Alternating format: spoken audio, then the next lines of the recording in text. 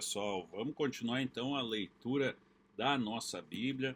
Lembrando que a gente está lendo aqui primeiro com vocês o Novo Testamento e vamos depois ler o Antigo. Lembrando que a gente está sempre com vocês, salvo raras exceções. 7 da manhã, 7 da noite, sempre vídeos novos aqui para você e a gente sempre conversa um pouco no final. Quero também a tua interação, o que você está achando disso, se já aceitou Jesus, se não aceitou ainda, se está esperando.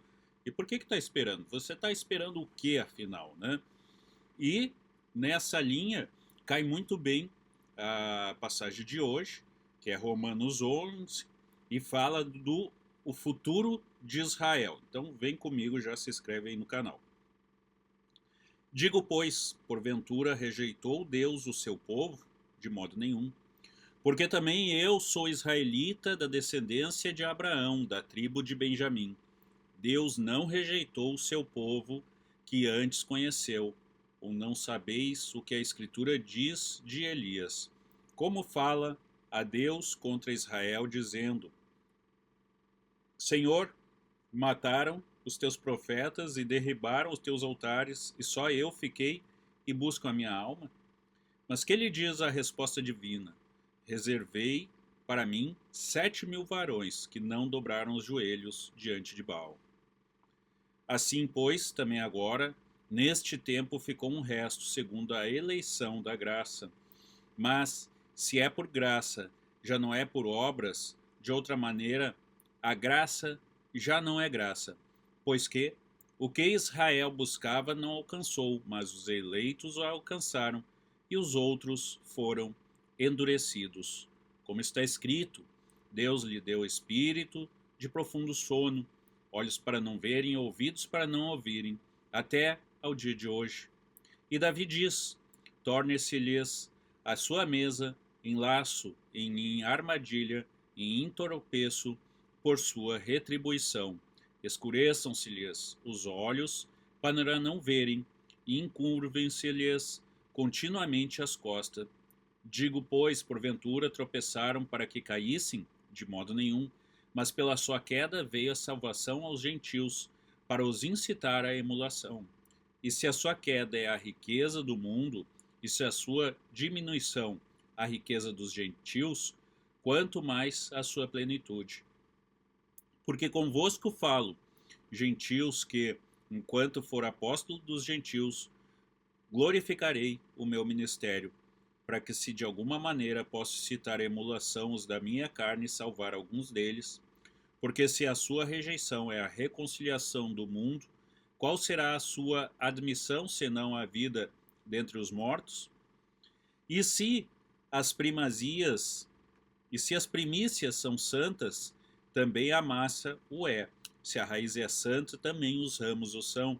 E se algum dos ramos forem quebrados, e tu, sendo zambujeiro, foste enxertado em lugar deles, e feito participante da raiz e da seiva da oliveira, não te glorifiqueis contra os ramos, se contra ele te gloriares, não és tu que sustenta a raiz, mas a raiz a ti. Dirás, pois, os ramos foram quebrados para que eu fosse enxertado. Está bem, pela sua incredulidade foram quebrados, e tu estás em pé pela fé, então não te esmoreças, mas teme. Porque se Deus não poupou os ramos naturais, teme que não poupe a ti também. Considera, pois, a bondade e a severidade de Deus. Para os que caíram, severidade, mas para contigo a benignidade de Deus, se permaneceres na tua benignidade. De outra maneira, serás cortado.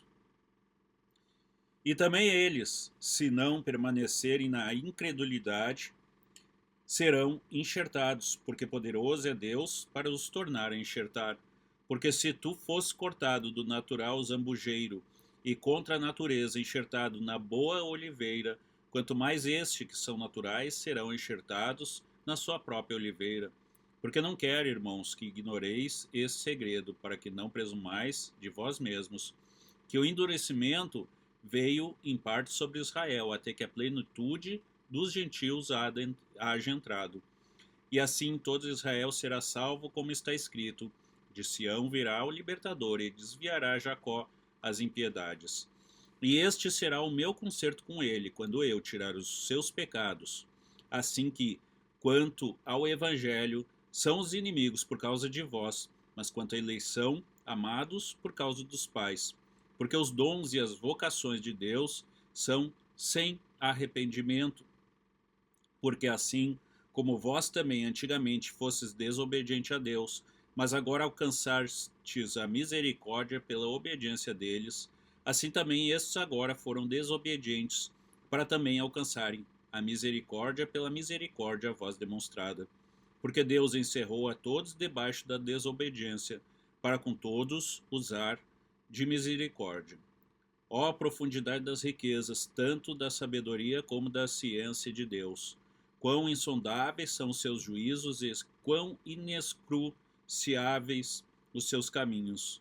Porque quem compreendeu o intento do Senhor? Ou quem foi seu conselheiro? Ou quem lhe deu primeiro a ele para que lhe seja recompensado? Porque dele e por ele e para ele são todas as coisas. Glória, pois, a ele eternamente. Amém. Porque dele, por ele, para ele são todas as coisas. Tem até uma música assim, né, gente? Não sei nem quem canta, não recordo. Mas é isso.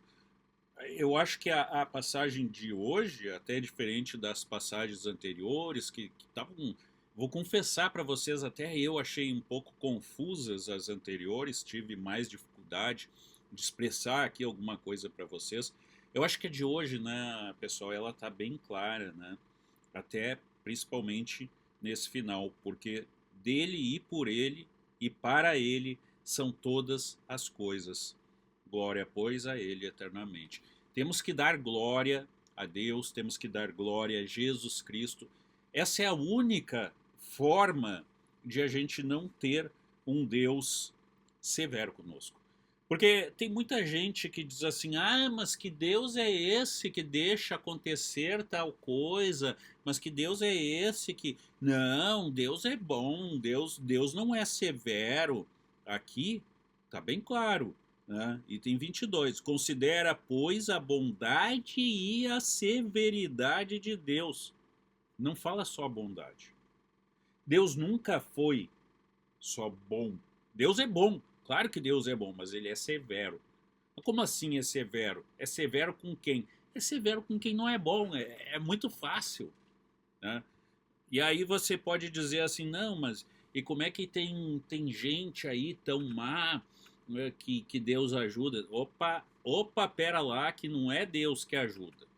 Eu sempre digo para vocês aqui uma coisa muito forte, às vezes até pesada, né? Quem já absorveu isso vai entender.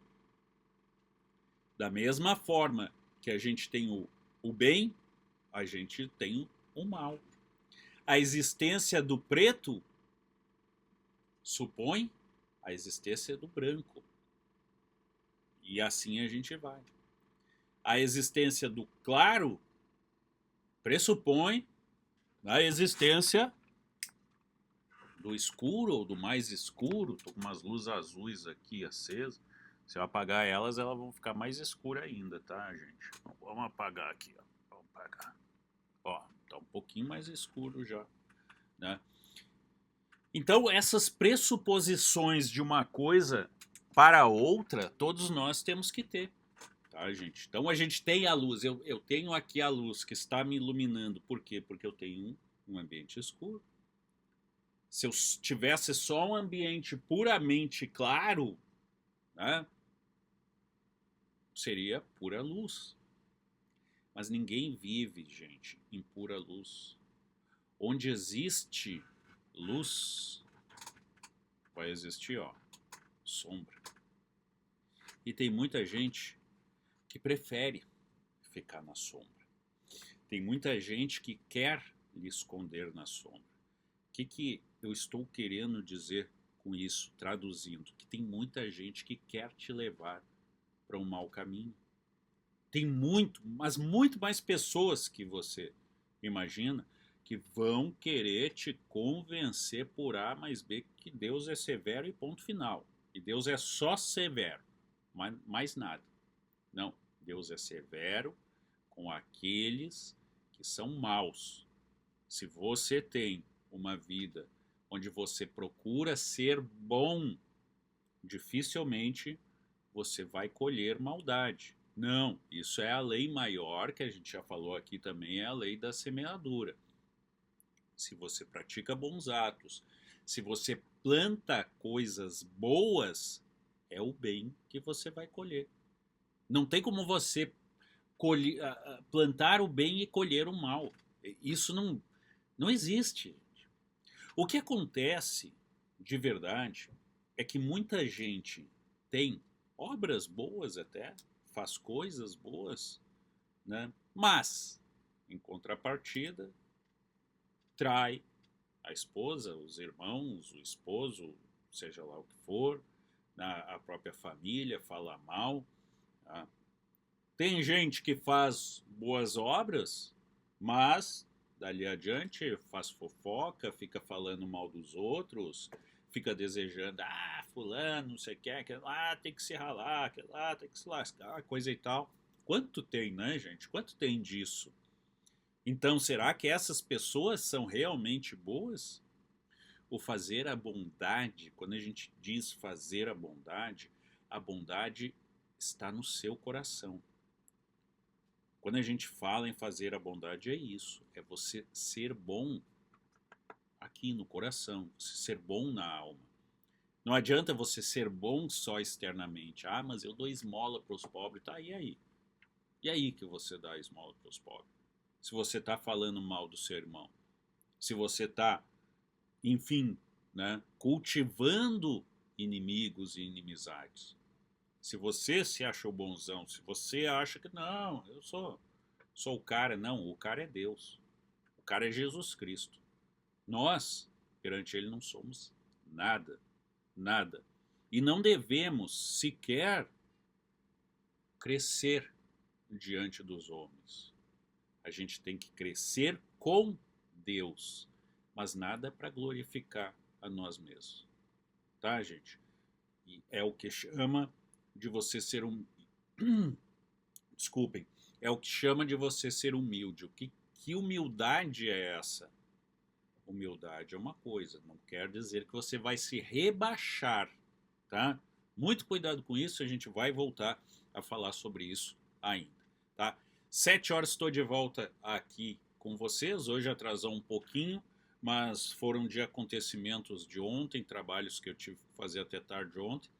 Hoje já a gente acerta isso de novo para ter sempre 2 vídeos por dia com vocês. 7 da manhã sempre, 7 da noite. Então se inscreve no canal, deixa o seu like, ativa o sininho e assim você vai receber nossos próximos vídeos, tá ok?